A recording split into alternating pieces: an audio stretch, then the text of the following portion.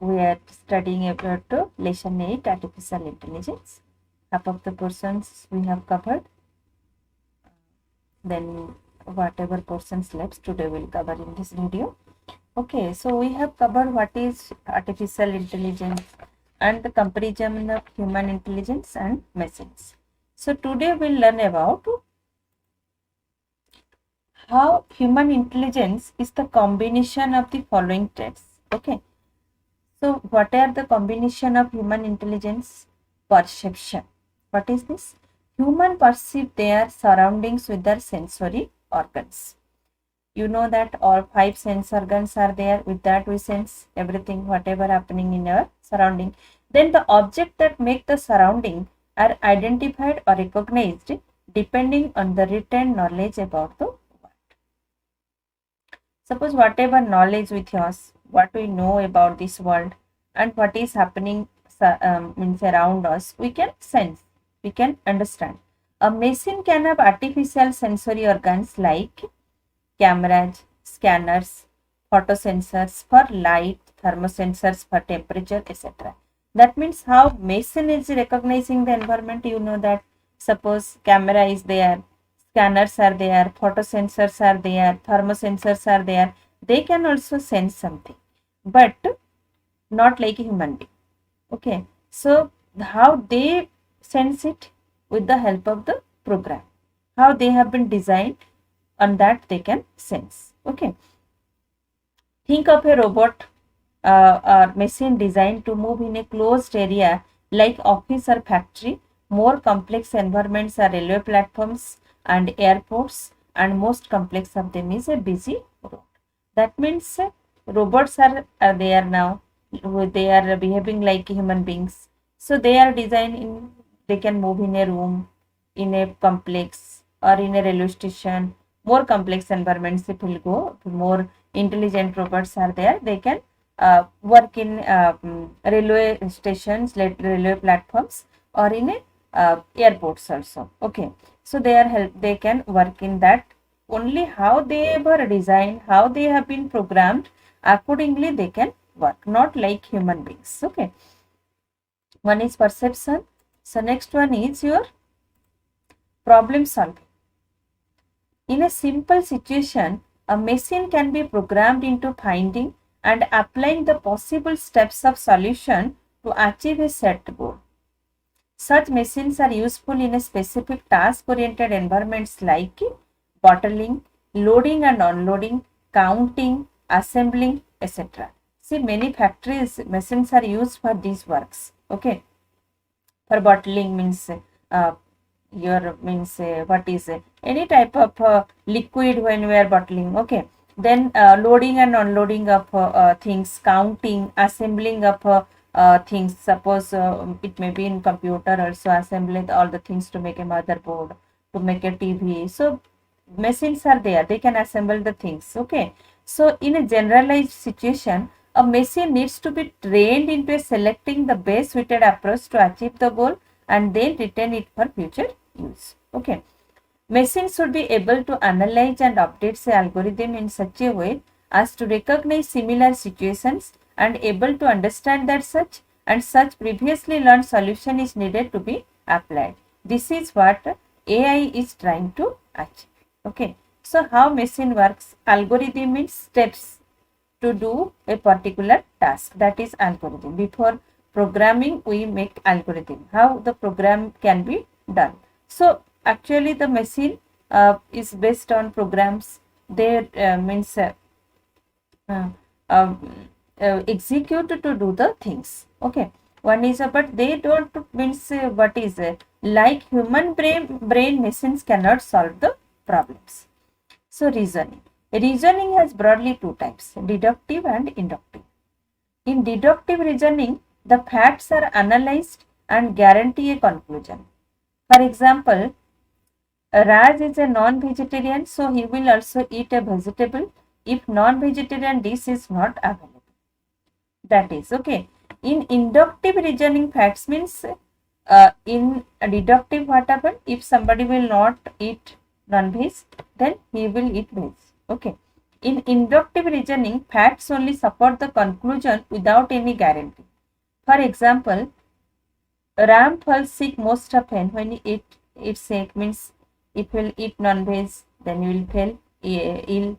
Then that's why he's not eating. Ram must be allergic to eggs, so some problem is there. That's why he's not eating non-veg.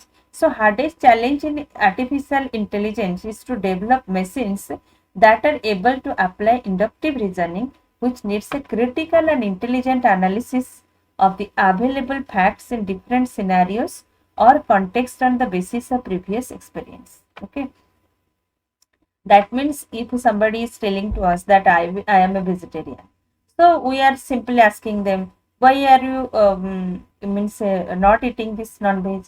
Simple answers we can get. We can think also, okay, he don't means doesn't like this, or he has some problem, allergic, or if he will feel sick, that's why he is not eating. So our brain can think. Okay, so we want a machine should be developed in such a way that this situation can be analyzed by the machine also. Means if some situation is coming, what are the factors for that situation, so that machine can analyze. That is reasoning, and that is the main aim of artificial intelligence. Like human brain, that machine can analyze the problems or facts also. Language. Learning any language is a complex process even for human, unless a methodical approach, right kind of training, and enough practice is not involved. That you know it's also from means okay, all of we learn our mother tongue, but suppose to English speaking, for English speaking, we are practicing from the childhood. Then also some of you are not confident. Okay, because it needs a right kind of training, enough practice. Okay, and a methodical approach also. Language contains grammar and words. Word with multiple meanings also, pronunciation, accent, symbols, signs, and special notations. So you know this what language contains. After learning the language, an endless variety of sentences can be formed, which is challenging for a machine to do. Okay, so after means learning a language, suppose you we all know our mother tongue. So how many sentences in which way you want to express our feelings? We are using that type of sentences, endless sentences we are using. So we want that machine should also learn the language and can form the sentences of its own. Okay, like human being. So AI based voice response systems and chatbots etc. are being developed in a restricted application area, but there is still a lot needs to be done. Next one is AI and neurons. What is study of neurons focuses on how human brain works. A lot of research has been done in this direction. How human brain works. This research has made the basis of connectonism, neurons like computing. Each neuron in the brain is a tiny processor, and brain is the big machine composed of millions of these processors.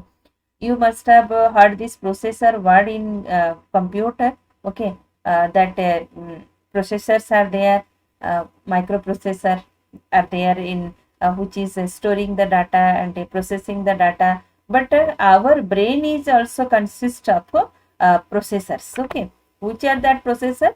That nerves or neurons we tell. Okay, that is our that treated as your processor. So our brain is nothing but like a big machine composed of millions of these processors. And how these processors were working. So by studying that, we can develop machines which can behave like and work like human beings. So AI focuses on building an artificial network of neurons. Okay. Next, artificial neural networks, ANN. In 1954, at Massachusetts Institutes of Technology, MIT, Farley and Clark developed a 128 neuron system which could memorize simple patterns and distinguish one among many. Okay, simple patterns. The algorithm was developed in such a way that each neuron was able to hold the information taught to it by a computer program. ANN has paved the foundation for machine learning. So from there, machine learning started. In some games also you can see that patterns are there, something can be stored and it can be used later on. So that is also use of some artificial intelligence. Okay. Next, machine learning. What is machine learning? Is the application of AI. It enables a computer system to learn from experience without programming it further. Means computer will not, means that program will be designed in such a way without programming from the past experience it can work. Okay, like human being. This technique is used to make computer do accurate predictions after analyzing the input given to them. Okay, so that means what output, now what we are doing? We are giving the input as we need our output accordingly. Okay, we know that this will be my output, this, and then we are giving the input. Okay, but now in artificial intelligence we will provide the data or input only to the computer or to the machine, and the machine will analyze the data and gives us the output. Okay, so machine learning has two approaches. Supervised ML. In this approach, the computer system equipped with ML ability is fed with the inputs and trained with the details about the prediction it is supposed to do. Professionals who operate such computers are generally called data scientists or data analysts. After the prediction, the new findings are stored by the machine for doing any new predictions in future. Okay. That means the computer system equipped with machine learning abilities fed with the inputs and trained with the details about the prediction it is supposed to do. Professionals who operate such computers are generally called data scientists or data analysts. After the prediction, the new findings are stored by the machine for doing any new predictions in future. What is unsupervised ML and deep learning? In this approach, machine is equipped with neural network capability, is fed only with input data but not the desired output details. Okay, so it means supervised details mean output will be there. Okay, those who will analyze all data scientists and data analysts, they know what will be the output. Okay, accordingly they will means do the program or they will give the input. But in unsupervised, no output will be given, means no fixed output will be there. Data will be input or provided to the machine.